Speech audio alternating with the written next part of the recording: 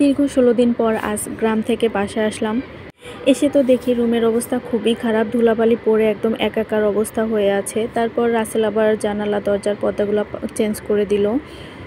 আর তারপর আমি ভাবলাম যে বেড কভারটা চেঞ্জ করে ফেলি, কারণ অনেক ধুলাবালি পড়ছিল ওপরে। তো আমি আলমারি থেকে একটা নতুন বেডশিট বের করলাম, আর এটা এখন বিছাবো বেডের ওপর। তো একা একা বিছাতে খুব সমস্যা মনে হচ্ছিল, কিন্তু রাসেল ক্যামেরাটা ধরেছিল, তাই আর ওকে আর আমি ডাকি নাই হেল্প করার জন্য।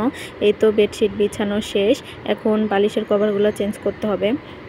আমার কাছে মনে হয় দুইজন মিলে যদি কাজ ভাগাভাগি করে করা যায়, তাহলে প্রত্যেকটা কাজই অনেক ইজি হয়ে যায় আর অনেক দ্রুত কাজ শেষ করা সম্ভব হয়।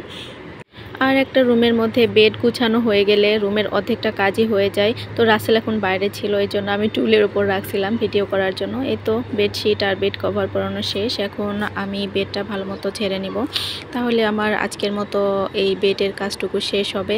দেখুন, মনে হচ্ছে রুমের আর কোনো কাজই বাকি